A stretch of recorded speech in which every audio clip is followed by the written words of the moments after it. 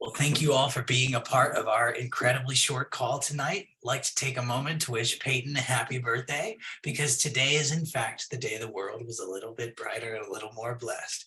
If you were born before 1986, of course, it was not the same for you after.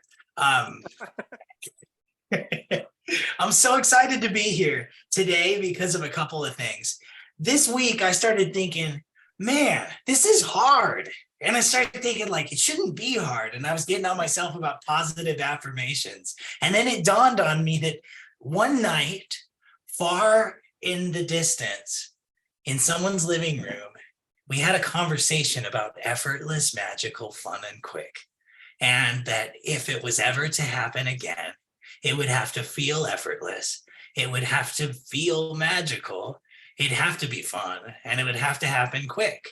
And so I keep mulling and going back to that over and over. I'm the guy who's always trying everything. We got these new active test strips that say test, don't guess on them, and asking people about it. And people are dying left and right from heart-related illness. And I'm like the guy that's like too soon. And I'm like, were they on the greens consistently? And one of my leaders in this company that has tons of customers' mom had a heart attack 3 days ago.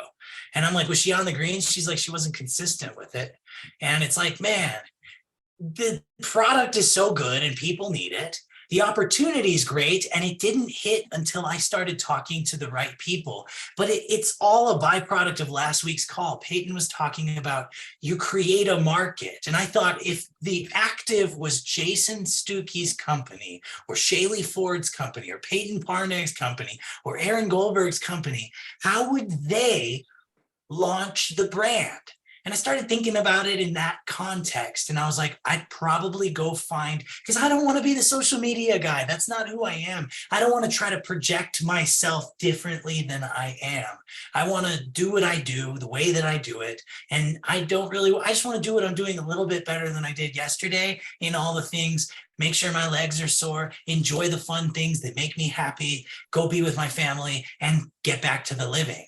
And if I can help somebody on the way, that's what I'm trying to do. And I'm like, I want it to be more effortless feeling than what it is. I get like my list out and I start calling all these people. And I'm like, and it hit me. I was like, I got to find the people that would be the brand ambassador, that it would be alignment or resonance. Like it would just be congruent with their message or their following or their brand. And then I would go send them a message. And maybe I copy and paste a similar message with like a different introduction. I don't know. But basically, I'm asking them like what their deals are with the people and the brands they rep and why they rep them, and to ask them if they're open to a brand repping because I think that this would be good for their audience. And then get on the phone with them and have a conversation about like what it would mean. And here's why the whole thought process comes about. If I go through the troublesome conversation with Shaylee of talking to her about buying 2 bags of active every month at $89 a month and tell her all this good stuff about all you got to do is get 3 that get 3 and you got $300 a month, it sounds great. And you just need a couple customers to break even every month, which also sounds great, but most people won't do that. They plain won't do that. That conversation scares them to go get 2, 3, or they just think that's too hard and weird to ask, and they don't. But people talk about products they like every single day. People get excited about the stuff that they think is cool and they share it with people every single day. And this is no different than that, except for nobody's getting excited about the vitamins they're taking to make their body better, even though that's something you do and you're glad you do it. So it's like, how easy is it to get a customer versus getting somebody to buy 2 bags? Now, here's the crazy part. If you buy 2 bags at $89 a month, not talking about a fast start bonus, how much money do you make a month off that order? It's $1. So if you're making like $1 off of that order, it's great if that person goes out and gets 1,000 people and you make $1,000 off of those orders or something like that. But you could get one customer and make $25 with a customer. So my thought was have this conversation. So I went and had a conversation with an influencer with like 400,000 followers. And they promoted a product that was a $20 mask. And the mask netted them like 15% of the sale one time. And he's like, dude, I made a few $100 from selling this. I kind of want to post your green juice. And so we had this idea, like, let's try the green juice and see what it'll do. And he's like, well, based on how many people that I have following me, I'll sell this many. How much do I get? And I said, well, it's 50% of the dollar, and it's $50 if it's a subscription. And you want everybody to probably be a subscription because they should be taking it anyway. He's like, perfect. And he starts running the money in his mind. And he's like, that's a lot. I have a friend who promotes for a green juice, one of our competitors, and he's in a contract with them for 3 years. And he gets paid 25% from the first order, and that's it. He doesn't ever make another sale or any override from it in the future. It's just 25% one time. And he can't do anything but that for 3 years. So there's all these influencers out there already doing the work, already influencing, already creating content around something, and they're not doing it with this. And I had this thought, how effortless, magical, fun, and quick would it be to copy and paste a message that looked like it was just to them and send that out to your favorite influencers that have more than 100,000 followers? It's like fishing, but if you did that to 10 people or 20 people, it wouldn't feel like much because you'd have to hit the Control C or Command C button a few times, and you'd have to hit the Command V button a few times, and then write their name out and send it. And then if it worked, somebody gets in and gets some customers and they click in this and end up making more than what's in it for them is $25. And I said, well, what's in it for me? If I got that person, how much do I make from their customers? And the answer was $1. And you're like, hold on, so I can make $1 from their customers, or $1 if I talk to you about 2 bags and 3 and get 3. So either way, I'm getting $1 a month from something. It makes more sense to find the people that have that audience, have that conversation, than I could just disappear and be like making a big bunch of money off of actual customers that are legitimately interested in the product and want to take it because it benefits their body without having to be loud online. So that was the idea for me of effortless, magical, fun, and quick. And I thought that is such a beautiful thing because the people are already doing the thing, and it's getting in front of those people that are your target audience to launch a brand and build a market. And that was my thought for today, was that right there, because I thought, how much more effortless, magical, fun, and quick could it be if not that? And I'm like, well, I guess somebody with a massive group of people wanting a place to go and like a brand that resonates with them or something. But I started to think that aspect in your business of how else could it happen, instead of, oh, it's got to be the list, or, oh, it's got to be like customers, or it's got to be this, or it's got to be that. It's like when you stop and you ask different questions, you get different answers. And for me, I started thinking, I'm going to do that this week and see how that fares and if that yields a result, because it seems like the most logical and efficient course of action that's the most sustainable. Maybe it's not duplicatable, but that seems pretty duplicatable because Control C and Control V, and I'm going to use ChatGPT to write it. So I but I'm going to go ahead and pass it to Peyton, because that was my thought. I was like, we should all try that this week. We have nothing to lose and potentially a lot to gain. If somebody has 1 million followers and 10% bought, that's $100,000 if it's $1 an order. It doesn't have to be that difficult. You recruit one person and make a 6-figure income a month. It's possible. It's possible, and it seems somewhat sustainable. You just need the right people. Why not? It's like the introvert's dream. Why not get a person that's like already doing it to work, and you just kind of go recruit a few of those and then just sit back and collect a check? Why couldn't it be effortless, magical, fun, and quick? So Peyton, take it away. Well, it's funny that you should say that, Kevin, because it can be that effortless and magical and fun and quick. And so tonight is a rare call in the sense that Kevin and I did not plan at all what we were going to go over before we got on, right? Usually we have a little powwow and a game plan. So I simply just listened to what he had to say, and I have some thoughts. And so I'm going to invite you to go on a journey with me right now. So part of this is going to be what this means for you and in relationship to your Active Greens business. And part of this is just your life. And it's a birthday present to me because this is what I do on my birthday.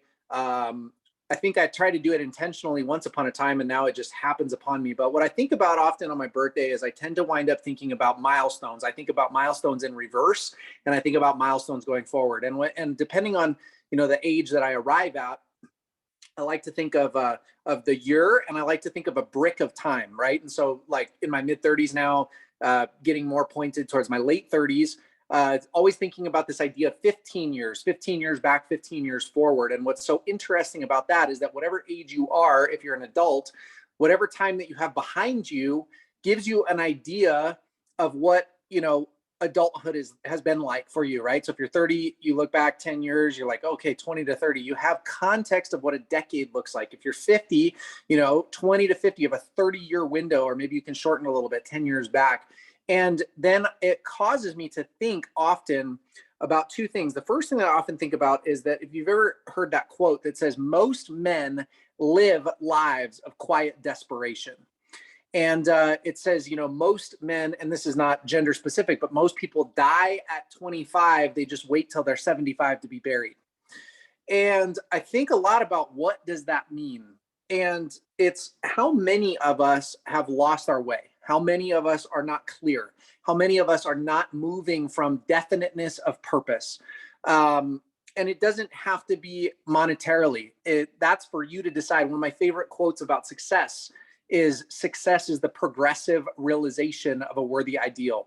And I always think about that because it's such a beautiful invitation for each and every one of us to think about, like, okay, well, what is a worthy ideal, right? Is being a great partner, wife, or husband a worthy ideal? I think most people would agree. Is being financially independent, meaning that if you had a complete loss of career tomorrow, that you would not have to rely on somebody other than yourself to be okay financially? Is that a worthy ideal? I think most people would agree. Is being in a high degree of health a worthy ideal? I think almost everybody agrees with that. And so then I look around and say, okay, well, why are so many people struggling with any of those things? And all of us have struggled. By no means, has my journey been perfect. But what I realize is that great saying of how the space shuttle, when it flies to space, is only on track 1% of the time. It leaves the ground, it flies to space tens of thousands of miles. It is only actually on course 1% of the time. And yet they can launch a rocket and get it to Mars, or they can launch the space shuttle and get it to the moon on command.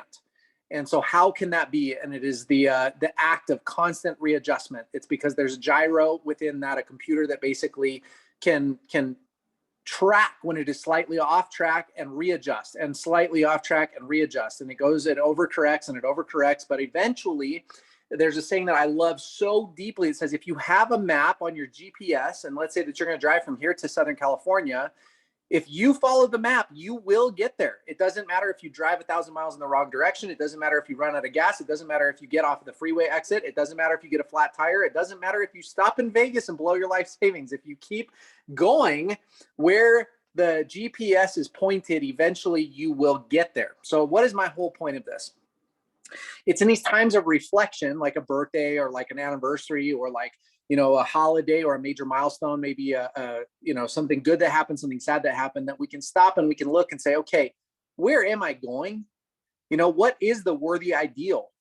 And what does that look like? Maybe you're a visual person, maybe you're all feel, right? But it's like, another way to think about it is that if I could wave a magic wand and 1 year from now, I'm celebrating this next birthday, or 1 year from now, I'm celebrating my next anniversary, what would have to happen for me to feel like I was a success?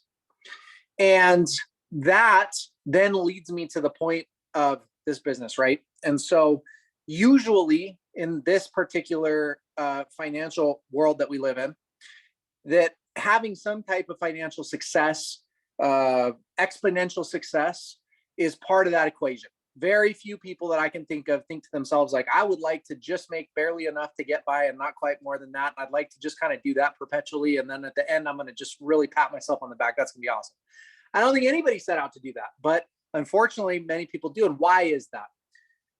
It's because our identity is not one of those of somebody who embodies the things that we want to become.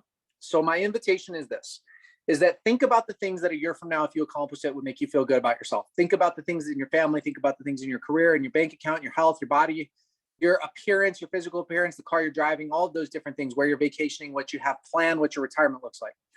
And then, whether or not you believe that you can do that, then ask yourself the question of who would I have to become in order for all of those things to be real? Because one thing that I know is that in my current and present day, I have friends who each and every next week is the same crisis that has been for the last each and every same week for the last year, for the last 5, for the last 10. And each and every week, I have people in my sphere who are living abundant lives. They are winning. They are finding new opportunities. They are, advancing all things forward all the time. And so what is the difference really? You say, well, one of them must be lucky. And I would say the one that is having adversity is the lucky one, because they have the opportunity to ask themselves a question of, who would I have to become to have things going well all the time? And what would I have to be about? So the idea with that then is to say, the goal is not to run a marathon. The goal is to become a runner. The goal is not to get healthy. The goal is to live today and tomorrow the way that healthy people live. Because when we start to embody those things, it doesn't matter when it happens, it becomes inevitable. And that's really what this birthday for me has been about, is that it doesn't matter how long it's going to take to get in shape. It doesn't matter how long it's going to take to become financially independent. It doesn't matter how long it's going to take, as long as you start to embody the identity of somebody that does that, then it is a guarantee that it will happen. And let's start focusing on not getting rich quick, or not getting rich maybe, but getting rich absolutely. So here comes the last part, is that what Kevin's really describing is, he's describing making a business plan, but beyond that, he's being a leader. And what is a leader? A leader is somebody that knows the way, shows the way, and goes the way. Now, the catch is that in this particular business right now, nobody really knows the way, and nobody really has shown the way. And it's not because there aren't some fantastic people here. It's not because there aren't some great dreams here. It's not because this product isn't world-class. It's because simply we haven't, as a collective, yet locked into the most effective practices for sharing the product, acquiring customers, and growing teams. And so what that allows each and every one of us to have is massive opportunity. Should we take it?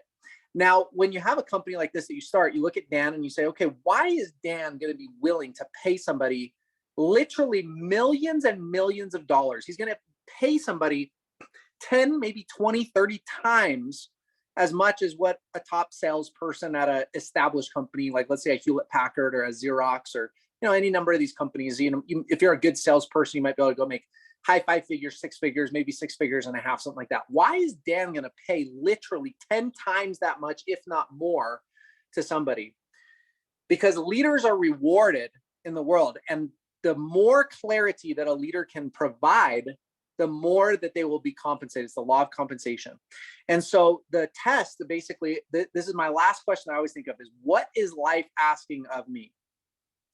And I think for us all right now in AAO is, first, it's making the decision we're going to do it. And it always sounds funny because everybody's like, well, we've already been here, so we made the decision. It's like, that's true, but I think it's a decision that gets made every day, every week. Kevin and I always talk about how this call, it's like we just get hyped up again, to go out for another week. And then the next piece of the puzzle is we're going to explore as many different avenues as it takes to figure out what clicks. I've been watching my 6-year-old daughter learn how to ride her scooter.